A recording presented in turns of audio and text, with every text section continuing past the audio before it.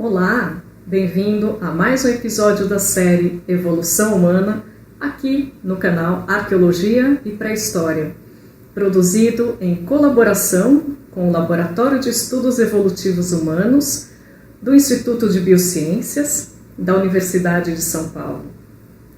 Você já parou para pensar sobre o fato de sermos criaturas bípedes, ou seja, de nos locomovermos usando as duas pernas?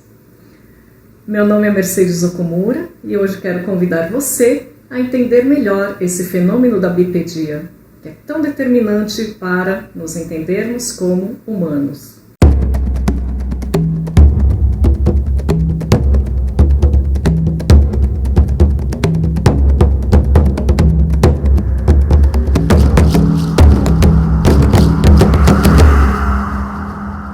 Podemos usar diferentes termos para nos referir a esse tipo de locomoção. Bipedia é um deles. Bipedalismo e bipedismo são outros termos que vocês encontram na literatura. Bipedia é, então, o termo que se usa para se referir à locomoção usando as duas pernas, no caso dos humanos, ou as patas traseiras, no caso de outros animais. Para nós, Homo sapiens, é o modo de locomoção por excelência. Mas por que a bipedia é importante? Isso se deve ao fato de nós humanos andarmos usando as duas pernas, o que nos torna bastante diferentes, por exemplo, de chimpanzés e gorilas. Nós sabemos que chimpanzés e gorilas podem ocasionalmente se locomover usando as pernas, as patas traseiras. Porém, não é um modo de locomoção energeticamente viável ou que seja utilizado o tempo todo. Em outras palavras, em chimpanzés e gorilas, o que nós vemos se chama de bipedia habitual. E o que nós vemos em humanos e outras criaturas da nossa linhagem, nós chamamos de bipedia obrigatória. Pode parecer simples ou banal pensar tanto sobre como nós humanos nos locomovemos atualmente, mas o fato é que a bipedia é possivelmente a característica mais importante da nossa linhagem. Além dela, há outras características também importantes para definir quem faz parte ou não da nossa linhagem. Uma delas é a espessura do esmalte dental, que no caso dos hominíneos, ou seja, das criaturas que fazem parte da nossa família evolutiva, esse esmalte dental ele é mais espesso em comparação, por exemplo, ao que se observa em gorilas e chimpanzés. Outra característica também é o fato de nós termos caninos que são pequenos e pouco protuberantes, o que é bastante diferente de outros primatas, como por exemplo os chimpanzés, onde vocês têm um canino que é muito grande e que ele é projetado. É importante chamar atenção para o fato de que a bipedia literalmente mudou nossa anatomia da ponta da cabeça até o dedão do pé. Cabeça, ombro, joelho e pé, joelho e pé. Então, como que essas evidências anatômicas podem ser usadas por pesquisadores para entender se um determinado fóssil, se uma determinada criatura é bípede ou não? Em outras palavras, quando um paleoantropólogo encontra um fóssil, como que ele pode saber se ele realmente é parte da nossa família evolutiva? Para tanto, pesquisadores observam diferentes partes anatômicas para tentar inferir a bipedia de um determinado fóssil. Vamos fazer uma comparação entre humanos e chimpanzés, que são ambos primatas que compartilham um ancestral comum. Ao passo que humanos são bípedes, chimpanzés não são, e por isso as diferenças anatômicas entre essas duas espécies podem nos dar pistas importantes sobre a bipedia. Um elemento muito importante para inferir a bipedia é a posição do forame magnum. Esse é um orifício que fica na base do crânio, onde se articula a coluna vertebral. Em humanos e em outras criaturas bípedes, esse forame magnum ele é anterior, ou seja, ele é mais próximo da face. Ao passo que, por exemplo, no chimpanzé, a posição do forame magnum é posterior, mais próxima à parte posterior do crânio. Outro elemento anatômico importante, é claro, é a pelvis, que nos humanos tem uma forma arredondada e curta, em formato de bacia. E, por exemplo, nos chimpanzés e em animais quadrúpedes de forma geral, essa pelvis ela é estreita e alongada. E é claro que há mudanças em relação às pernas. Em humanos, nós temos o que se chama de ângulo bicondilar, e quando nós olhamos esse ângulo bicondilar de um fêmur humano, nós vemos que ele é inclinado quando colocado sobre uma superfície reta. Ao fazermos a mesma coisa com o fêmur, por exemplo, de um chimpanzé, vemos que ele fica muito mais na vertical. E, finalmente, os pés. Os pés bípedes possuem um arco que é muito importante para a locomoção. E, se vocês observarem a posição do dedão em relação aos outros dedos, verão que no caso de humanos, esse dedão ele é próximo dos outros dedos, o que é muito diferente do pé de um chimpanzé, onde o dedão ele é afastado dos demais dedos. E esse pé do chimpanzé ele mais parece uma mão, né? Ele é bem importante para a locomoção, mas também para agarrar coisas. Agora, você deve estar pensando, mas por que surgiu a bipedia? Não sei. Bom, durante muito tempo, pesquisadores pensaram e continuam pensando sobre as pressões seletivas relacionadas à origem desse novo modo de locomoção. E não há uma resposta fácil para isso. Hipóteses antigas foram propostas a respeito da origem da bipedia e que falam sobre, por exemplo, a liberação das mãos para o uso de ferramentas. Essa foi uma hipótese proposta por Darwin já no século XIX. Outras hipóteses antigas também incluíam a liberação das mãos para a coleta de alimentos, para a caça e até mesmo a ideia de um display de agressão relacionado à bipedia. Essas hipóteses, elas foram pesquisadas, mas ou elas são difíceis de serem testadas, ou as evidências que temos não apoiam essas ideias.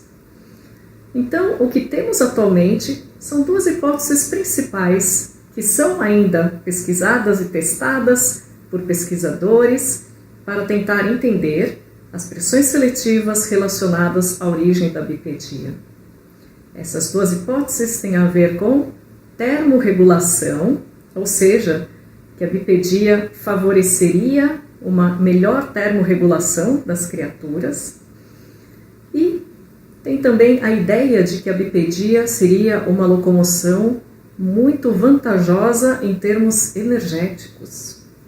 Então, pesquisadores podem testar essas duas hipóteses, fazendo experimentos com humanos, com outros primatas, ou fazendo simulações no computador sobre gastos energéticos e sobre termorregulação. Então, se a bipedia é uma característica tão importante para definir nossa linhagem, quando que ela surge? Entre 7 e 4,2 milhões de anos, nós temos os primeiros fósseis que são bons candidatos a serem bípedes. Não há, entretanto, consenso entre pesquisadores se essas três espécies realmente seriam bípedes. E o problema é que elas estão muito fragmentadas. Nós vamos ver em episódios próximos da série Evolução Humana cada uma dessas espécies, mas por hora eu deixo para vocês o nome delas: Sahelanthropus tchadensis, Ororhyntogenensis e Ardipithecus ramidus. Porém, a partir de 4,2 milhões de anos, há evidências bastante fortes da presença da bipedia. Isso porque, há 4,2 milhões de anos, surge o gênero Australopithecus, e as espécies associadas a esse gênero têm boa evidência de bipedia. Então, as características anatômicas que discutimos anteriormente, elas podem ser observadas em muitos fósseis dessas espécies. Apesar de tudo, a bipedia desses australopitecos não era idêntica à nossa. Isso porque eles misturavam um repertório de locomoção que envolvia a locomoção bípede, mas também uma locomoção feita em árvores. Então, a primeira evidência segura de bipedia surge há 4,2 milhões de anos com as origens do gênero Australopithecus. E nós também vamos falar sobre esse gênero em próximos episódios. Além das evidências anatômicas que eu já mostrei para vocês, há outras coisas que podem ser vistas no registro paleoantropológico. Uma delas, muito importante para a discussão sobre bipedia, são pegadas fossilizadas de australopitecos. Sim, essas são as famosas pegadas de Laetoli, na Tanzânia, datadas há aproximadamente 3,7 milhões de anos, e que mostram claramente dois indivíduos de australopitecos caminhando lado a lado e caminhando sobre as duas pernas. Então, australopitecos tinham uma bipedia, mas uma bipedia um pouquinho diferente da nossa. Quando surge então a bipedia tal qual nós a vemos atualmente, essa bipedia, que nós chamamos de bipedia obrigatória, surge há aproximadamente 2 milhões de anos com o gênero Homo, que é o gênero ao qual nós, Homo sapiens, também pertencemos. Essa bipedia obrigatória implica no fato de que nós nos locomovemos agora habitualmente usando as duas pernas e não mais nos locomovemos nas árvores. Esse novo modo de locomoção traria muitas vantagens, mas também nos trouxe algumas desvantagens. Uma delas é a nossa famosa dor nas costas ou a dor na lombar, e que tem a ver com modificações anatômicas relacionadas à bipedia. Assim, vocês podem ver como que a evolução humana está presente na nossa vida, e não é uma coisa de um passado longínquo. Ao contrário, as modificações anatômicas relacionadas à bipedia e a outros fenômenos influenciam de forma direta nosso dia a dia. Portanto, pessoal, nossa família, nossa linhagem evolutiva surge há aproximadamente 7 milhões de anos, o que é relativamente recente se pensarmos que o planeta Terra tem 4,7 bilhões de anos. Então, nossos ancestrais não surgem há tanto tempo atrás. E eu espero também que vocês tenham aprendido como a bipedia é uma característica importante e determinante para entender as origens da nossa linhagem. Pessoal, esse foi mais um vídeo da série Evolução Humana, produzido pelo Laboratório de Estudos Evolutivos Humanos do Instituto de Biociências da Universidade de São Paulo, em colaboração com o canal Arqueologia e Pré-História. Espero que vocês tenham gostado. Se tiverem dúvidas, deixem nos comentários e mais pra frente a gente grava um vídeo só respondendo as dúvidas de vocês.